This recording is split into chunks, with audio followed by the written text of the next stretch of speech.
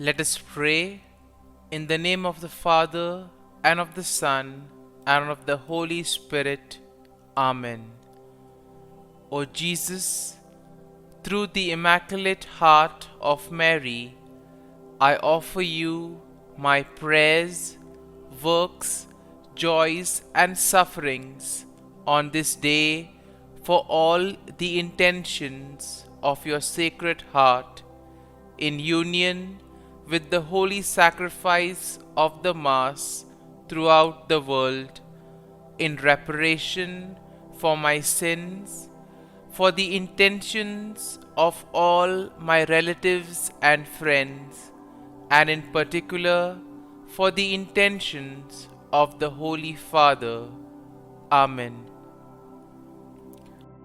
Let us pray for the intentions of the Holy Father for the month of September, for the cry of the earth. We pray that each one of us will hear and take to heart the cry of the earth and of victims of natural disasters and climatic change, and that all will undertake to personally care for the world in which we live. Our Father, who art in heaven, hallowed be thy name. Thy kingdom come, thy will be done, on earth as it is in heaven. Give us this day our daily bread, and forgive us our trespasses, as we forgive those who trespass against us.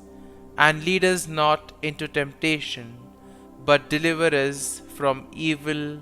Amen. Hail Mary, full of grace, the Lord is with you. Blessed are you amongst women, and blessed is the fruit of thy womb, Jesus. Holy Mary, Mother of God, pray for us sinners, now and at the hour of our death. Amen.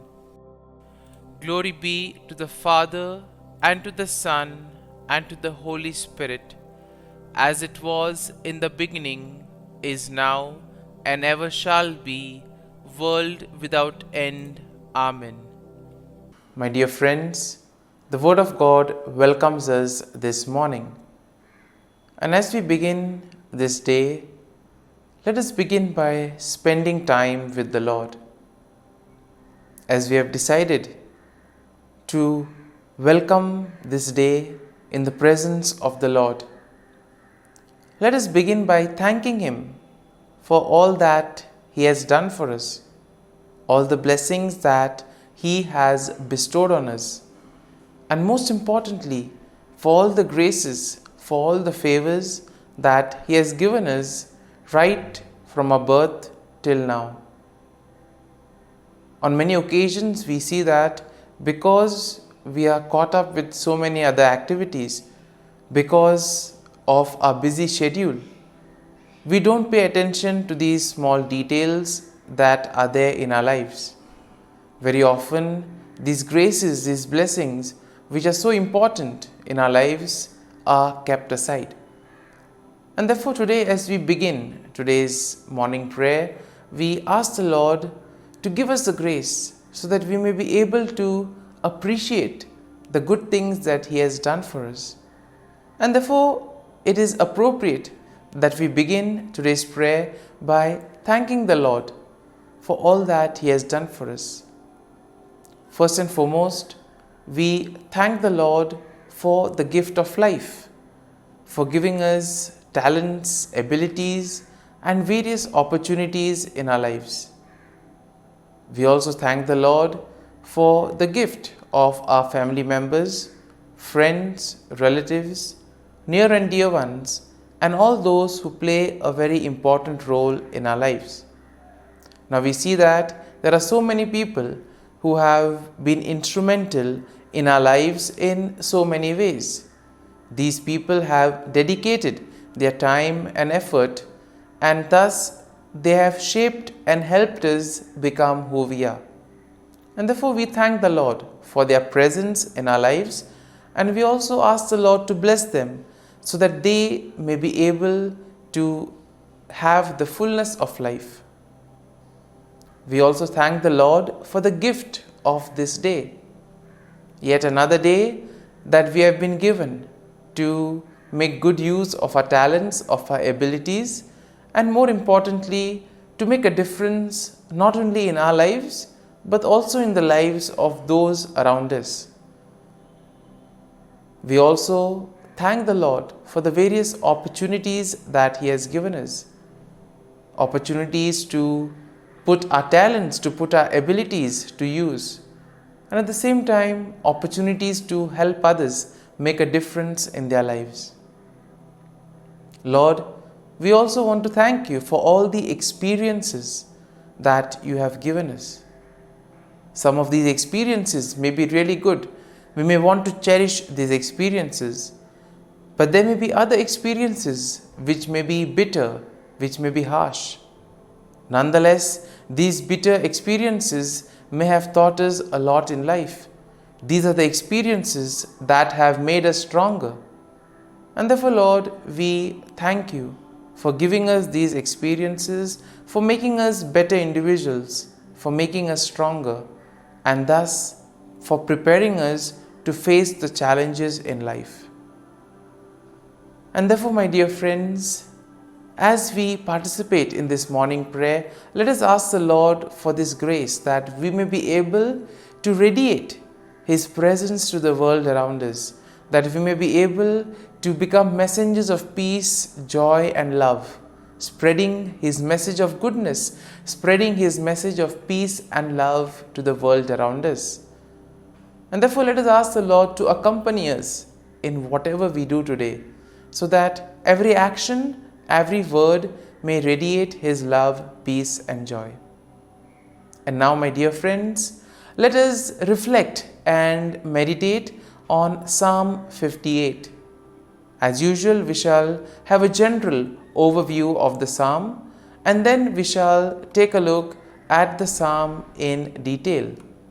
Now, we see that Psalm 58 is a psalm of lament that is attributed to David. It is a powerful and impassioned plea for God's justice against wicked rulers and unjust judges.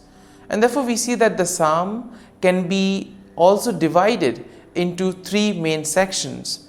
The first section, which is basically a denunciation of wickedness and a call for God's judgment, and this we'll find in verses 1 to 5. Then the second part of the psalm is a depiction of the fate of the wicked, which we will find in verses 6 to 9. And finally, we also see a declaration of trust in God's justice and praise for His name. And this theme is found in verses 10 to 11. And therefore, we see that overall, when we look at the psalm, we can see that Psalm 58 is a passionate plea for God's justice against wicked rulers and unjust judges. Even in today's world, we do find ourselves in situations where we may either be victims of injustice, or we may also see injustice happening around us. And therefore, this psalm could be quite a reminder for us of how to proceed. The psalm can also be a consoling psalm, telling us that the Lord will take care if we place our faith and trust in Him. Now, we see that the psalm also condemns the deceitful practices of the wicked people, and it also calls for God's swift judgment upon them. The psalm highlights the righteous indignation of the psalmist, who places his trust in God's righteous judgment. And therefore, the psalm will also serve as a reminder of God's love. And therefore, we see that God is the ultimate judge, and we see that the psalm also affirms the faith that justice will prevail. Ultimately, we see that the psalm will lead us to praise and recognize God's faith and trust. And therefore, when we take a look at the psalm in detail, we see that in the first part of the psalm, the first section, David will denounce the wicked rulers and judges who fail to administer peace. And these are the wicked people who oppress the righteous. Here we see that he uses very strong language to describe their wickedness and deceit, calling them gods who speak lies and who weigh out injustice. And therefore we see that David also expresses his righteous indignation by imploring God to break the teeth of the wicked and to tear out their fangs like the fangs of a lion. And here we can see that it's very powerful language, and which probably expresses the anger, the sorrow that David is experiencing, the grief that he is going through. And therefore David also accuses them of being deaf to the voice of charmer, and therefore meaning that they are very unreceptive to the advice that is given to them. In other words, these are the people who are not willing to change.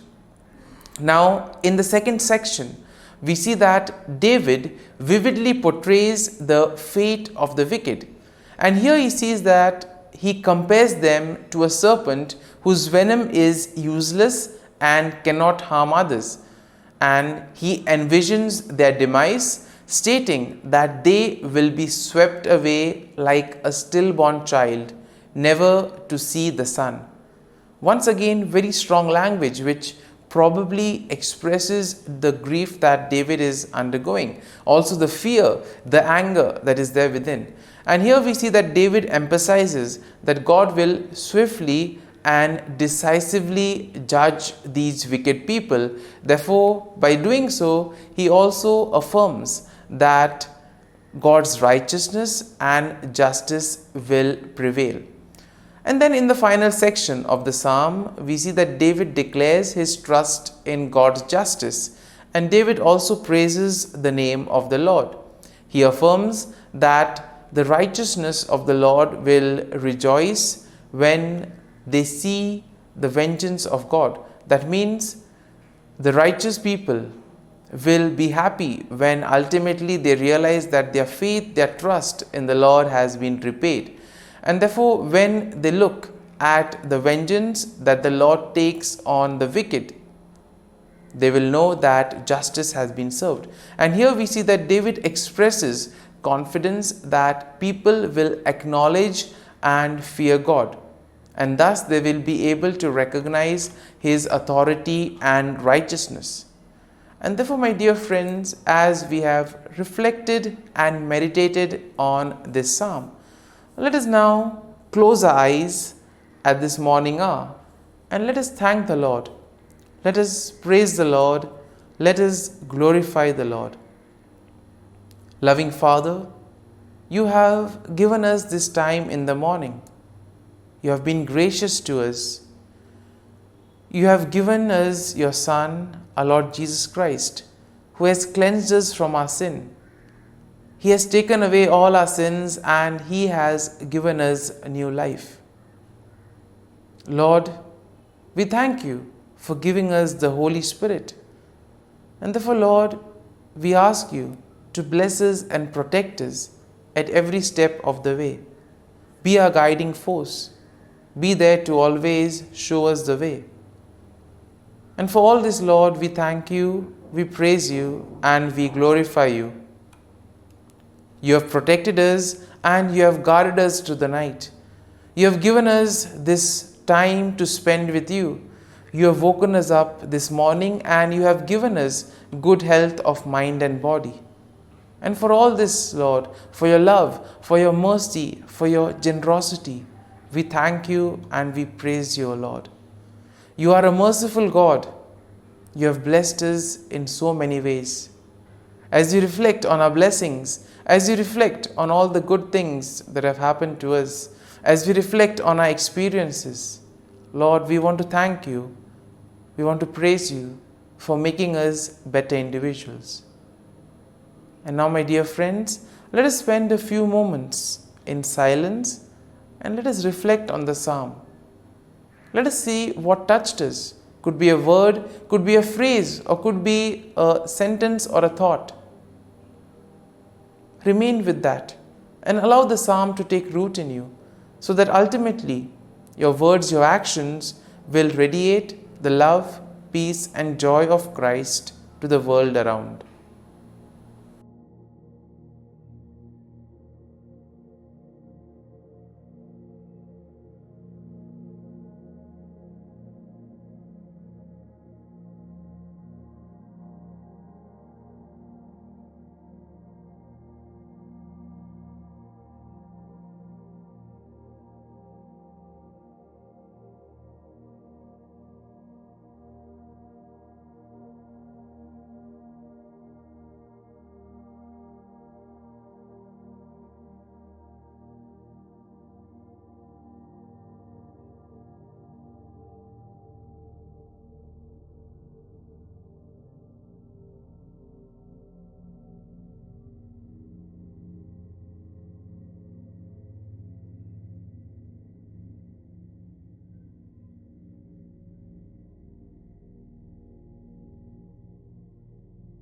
Prayer to Saint Michael the Archangel for protection.